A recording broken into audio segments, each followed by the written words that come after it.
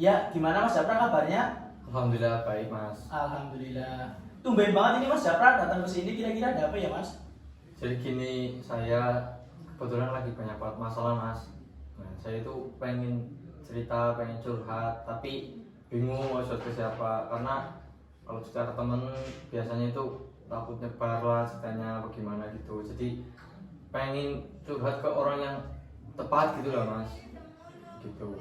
Oh iya Mas, tenang aja Mas. Insya Allah saya tidak akan menyebarkan permasalahannya Mas Japra. Seandainya Mas Japra berkenan untuk bisa bercerita permasalahannya Mas Japra ke saya sangat terbuka lebar akan menampung seluruh permasalahannya Mas Japra. Apabila nanti saya bisa membantu memecahkan permasalahannya Mas Japra, ya saya akan membantu sebisa saya Mas Japra.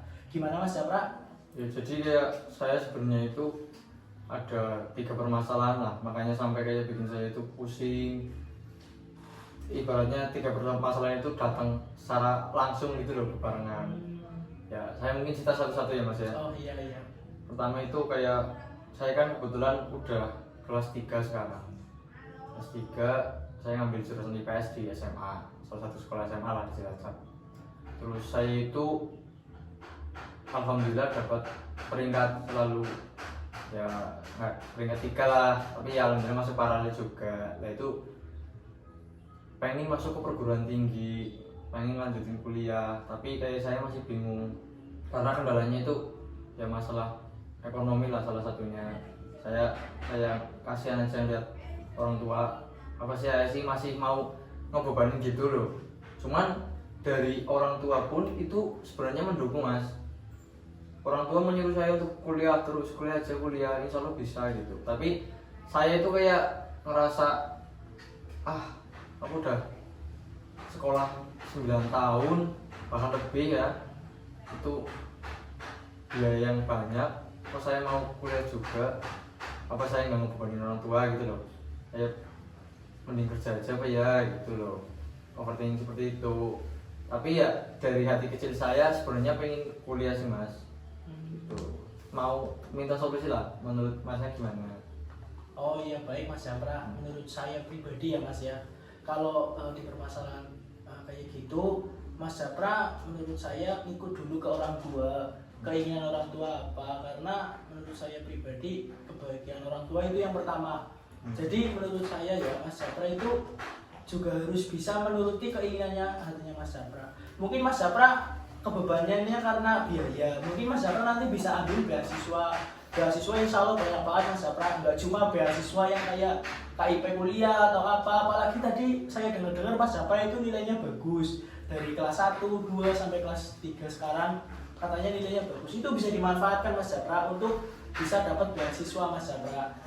Jadi menurut saya kalau pancen keinginannya Mas Japra itu di hati ingin kuliah, juga orang tua mengkehendaki atau meridhoi, merestui, menurut saya nggak ada salahnya Mas Japra mencoba untuk ambil beasiswa terlebih dahulu. Itu Mas Japra.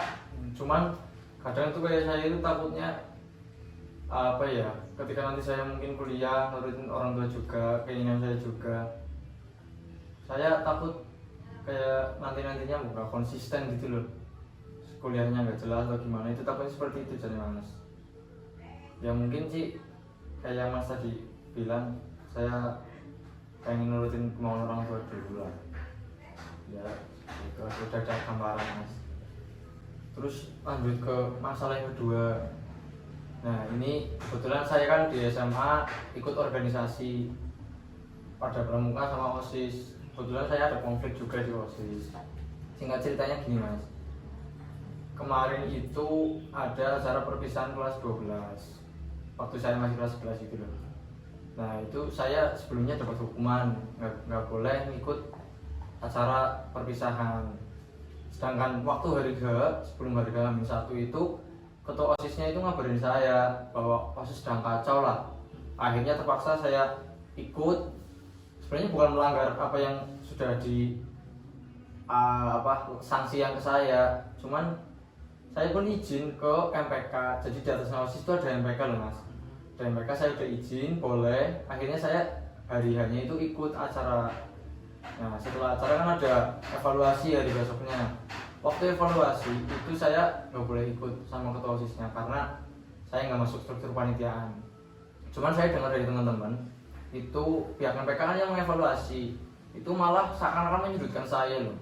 Kayak itu kenapa kok Japra bisa datang padahal kan lagi kena sanksi malah datang gitu. Terus MPK juga bilang, iya saya juga nggak tahu padahal saya sendiri udah izin tuh.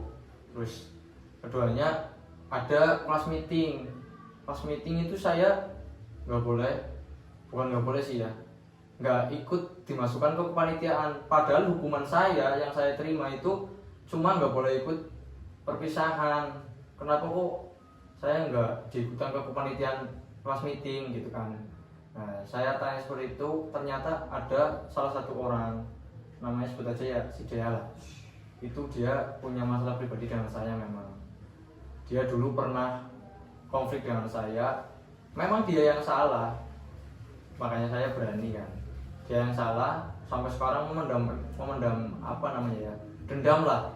Nah kemarin itu melampiaskan, kebetulan dia ketua panitia kelas meeting, saya nggak diikutkan dengan alasan bla bla bla bla.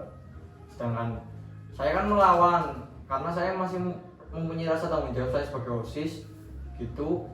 Masa sih nggak bisa dimasukin, padahal saya nggak melanggar nggak apa-apa gitu loh. Peraturan sanksi juga udah selesai. Akhirnya saya tetap nekat ikut loh mas, karena masih punya rasa tanggung jawab. Terus yang saya permasalahan itu sebenarnya cuma satu, kenapa sih permasalahan pribadi itu harus dibawa ke organisasi? Sedangkan kalau menurut saya silakanlah si Dea itu masalah pribadi sama saya, punya masalah sama saya nggak apa-apa, tapi jangan bawa-bawa masalah itu ke organisasi profesional lah, pengennya gitu. Tapi kok pada kenyataannya nggak seperti itu. Kalau menurut masnya apa yang harus saya lakukan gitu? Oh, iya. Jadi gini mas, kita lihat dari realitanya di sana ya. Ya menurut saya pribadi Mas Japra itu nggak salah sih di posisi itu, karena posisinya Mas Japra di situ juga bingung gitu dari permasalahan tersebut. Jadi Mas Japra harus bisa lihat situasi kondisi di lingkungan sekitar. Di sananya loh, di sekolahnya, di lingkungan sekolahnya. Apa yang harus Mas Japra lakukan ke depannya itu yang akan menentukan Mas Japra ke depannya itu akan seperti apa gitu Mas Japra. Kayak contoh tadi Mas Japra ada masalah pribadi dengan si Dea. Contoh, ya itu sebenarnya hak mutlak bukan kesalahannya Mas Japra, karena itu sebuah masalah pribadi di dalam sebuah organisasi. Harusnya itu harus bersifat profesional sedikit. Adanya masalah pribadi menurut saya pribadi ya udah masalah pribadi aja, nggak harus dibawa ke dalam suatu organisasi. Bahasanya kamu sengit saya, ya udah kamu sengit saya, tapi jangan kamu bawa orang lain untuk membenci saya, kayak gitu loh Mas Japra. Itu menurut saya pribadi seperti itu Mas Japra. Dilihat dari lingkungan sekitar yang ada di sekolahnya Mas Japra. Nah, itu yang saya takutkan kan kayak gitu, dia nggak profesional. Nanti itu impactnya itu ke adik kelas tuh, bukan adik kelas itu ngikut itu, seperti itu sih mas, itu permasalahannya. Oh iya mas. Yang selanjutnya, oh iya moga mas, grogi gitu ya.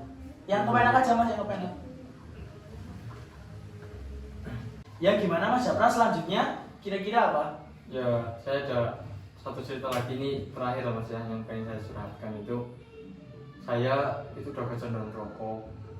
Saya pengen merubah lah untuk berhenti, bahkan saya pengen berhenti untuk merokok. Nah, tapi saya masih bingung mas, gimana caranya. Walaupun saya sendiri udah punya cara sebenarnya, punya trik buat saya berhenti merokok itu. Cuman kan tinggal saya bisa apa enggak, konsisten enggak, gitu yang masih saya kurang yakin mas. Menurut masnya gimana? Ini beneran Mas Japra minta penguatan dari saya? Iya beneran mas. Ya kira-kira Mas Japra, kira-kira saya rasa Mas Japra udah tahu lah apa yang akan Mas Japra lakukan. Kira-kira itu apa Mas yang akan Mas Japra lakukan? Kalau yang mau saya lakukan sih dengan cara menguranginya yaitu saya sehari biasanya 12 batang. Saya pengen ngurangi satu hari itu 4 batang. Nah kelama-kelamaan itu 3 batang, 2 batang, 1 batang. Akhirnya kan bisa jadi berhenti gitu mas. Dan itu pun harus diselingin sama permen, soalnya kayak bahasa rokoknya itu biar nggak kecut lah. Itu sih, cuman masih belum yakin mas, makanya pengen panduannya masnya gimana? Wah sebenarnya itu rencana yang bagus Mas Japra. Kira-kira Mas Japra akan memulai kapan itu untuk cara-caranya? Keinginan saya sih mulai besok mas, pengen langsung ngurangin gitu loh. Makanya kesini pengen minta solusi buat saya yakin berubah, juga pengen minta panduan mas, kayak misal seminggu kemudian saya ketemu masnya lagi, masnya bertanya dengan saya udah bisa ngurangin belum, itu pengen seperti itu kira-kira bisa nggak mas ya? Oh bisa Mas Japra, nanti saya bisa bantu untuk memantau Mas Japra. Di sisi lain, apabila Mas Japra bisa untuk berhenti merokok, Mas Japra akan hidup sehat dan akan hidup hemat ke depannya.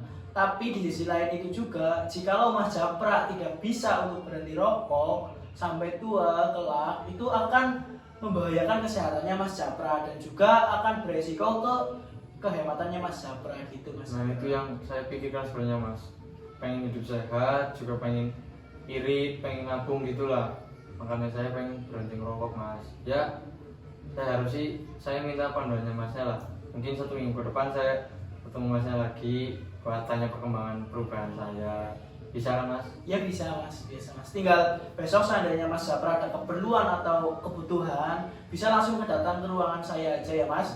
Insya Allah saya selalu welcome mas, kalau seandainya Mas Japra ada keperluan langsung datang aja, nggak apa-apa. Siap. Terima kasih, mungkin itu yang saya sampaikan, yang pengen saya curhatkan. Terima kasih udah dikasih saran.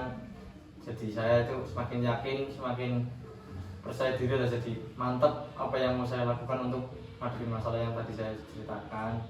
Terus yaitu saya minta tolong ya mas, tolong jangan sampai ada orang lain yang tahu cerita saya. Oh iya siap Mas Japra. Insya Allah aman untuk permasalahannya Mas Japra, nggak bakalan terbebeluaskan. Kira-kira masih ada yang ingin disampaikan lagi nggak mas?